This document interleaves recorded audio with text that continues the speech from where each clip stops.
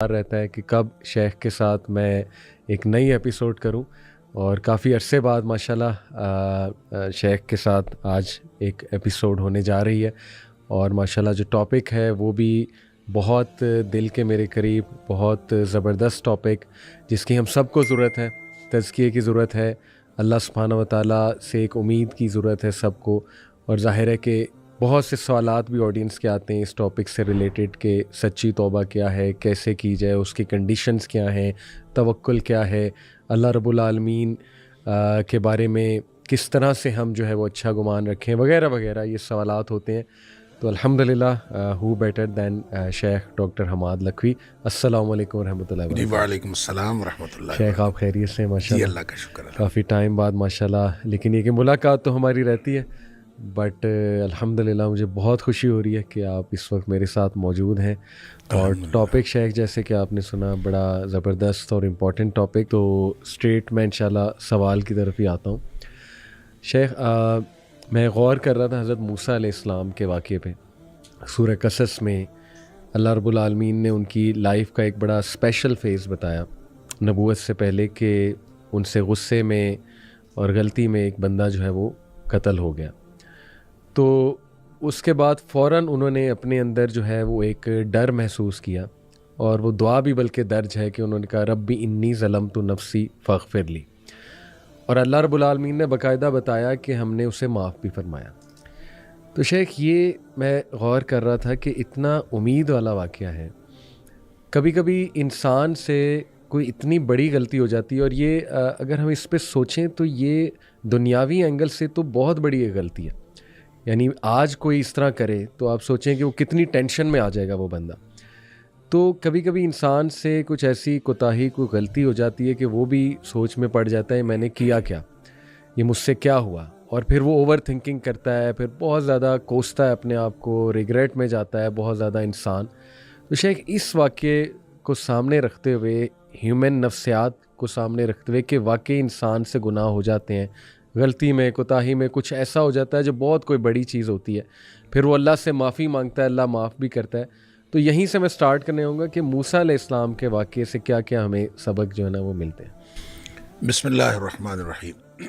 دیکھیں، گناہ کرنا اور گناہ ہو جانا اس میں فرق ہے۔ صحیح۔ تو موسیٰ علیہ السلام نے گناہ کیا نہیں تھا، بالکل صحیح، بالکل صحیح، وہ ان سے ہو گیا تھا، ہو گیا، اس لیے کہ ان کی نیت تو ہرگز اس کو مارنے کی نہیں تھی۔ بالکل صحیح۔ اور دوسری بات یہ ہے کہ جو آلہ قتل تھا وہ بھی مارنے والا تو تھا ہی نہیں۔ صحیح صحیح، تو آپ نے تو ایک مکہ مارا تھا اور مکے سے وہ مر گیا۔ بالکل ٹھیک۔ تو اب مکہ کسی کو جب کوئی بھی شخص مارتا ہے تو کبھی بھی یہ آلہ قتل نہیں ہوتا۔ بالکل ٹھیک، بالکل ٹھیک۔ اور اس لیے یہ کہنا کہ حضرت موسیٰ علیہ السلام نے اس کو مارا تھا، تو مارا تو تھا ہی نہیں، صحیح، وہ مر گیا تھا۔ نیت نہیں تھی۔ اس لیے جو ہے اس کو عمل الشیطان بھی کہا گیا، انہوں نے کہا کہ یہ شیطان کی طرف سے تھا، صحیح صحیح، کہ یہ میری طرف سے نہیں تھا، یہ شیطان کی طرف سے۔ لیکن بہرحال انہوں نے رب انی ظلمت نفسی کہا، اللہ تعالیٰ سے معافی مانگی، اور اللہ تعالیٰ نے اس کو معاف کر دیا۔ اور پھر کام بھی یہ مدین میں کچھ عرصہ گزارنے کے بعد یہ واپس آئے ہیں، اور واپس آ کے فرعون کے دربار میں جب انہوں نے اپنی دعوت کا آغاز کیا ہے، جی، تو فرعون نے اس وقت جتنی باتوں کے بارے میں حضرت موسیٰ علیہ السلام کو احسان کے طور پر جتلایا ہے، اس میں ایک بات یہ بھی کہی صحیح، کہ آپ نے تو قتل کر دیا تھا، ہاں، اور ہم نے جو ہے وہ آپ نے ہی قتل کیا۔ اور اس موقع پر بھی حضرت موسیٰ علیہ السلام نے کہا کہ میں نے قتل نہیں کیا تھا، شیطان کی ایک بات تھی۔ لہٰذا حضرت موسیٰ علیہ السلام کے اس واقعے کو اس بات کی بنیاد بنا لینا کہ کوئی شخص اس طرح کی غلطی کر کے بعد میں معافی مانگ لے، تو یہ غلطی کرنا نہیں تھا، بالکل صحیح، یہ ہوا ہے، اور وہ اس کے اندر نہ ارادہ قتل تھا، نہ آلہ قتل تھا، بالکل صحیح، اور نہ ہی اس طرح کی سچویشن میں کبھی کوئی قتل ہوتا ہے۔ اس لیے حضرت موسیٰ علیہ السلام کا کوئی عمل وہ تھا ہی نہیں، صحیح، اور اس کو اللہ تعالیٰ نے معاف بھی کر دیا، اور انہوں نے معافی مانگ لی، اور اللہ تعالیٰ نے بالکل معاف کر صحیح، دیا۔ بالکل صحیح، الحمدللہ۔ تو یہ جو دعا ہے شیخ ربی انی ظلمت نفسی فاغفر لی، یہ دعا ویسے بھی مطلب بڑی خوبصورت دعا ہے، اور اس میں جو عاجزی نظر آتی ہے، حالانکہ یہ بات کلیئر ہے کہ موسیٰ علیہ السلام کی نیت نہیں تھی، اور ظاہر ہے کہ جیسے آپ نے کہا کہ وہ آلہ قتل بھی نہیں تھا، ظاہر ہے مکہ جو تھا، اس کے باوجود آپ دیکھیں وہ کتنی عاجزی سے اللہ رب العالمین سے توبہ استغفار کر رہے ہیں، بلکہ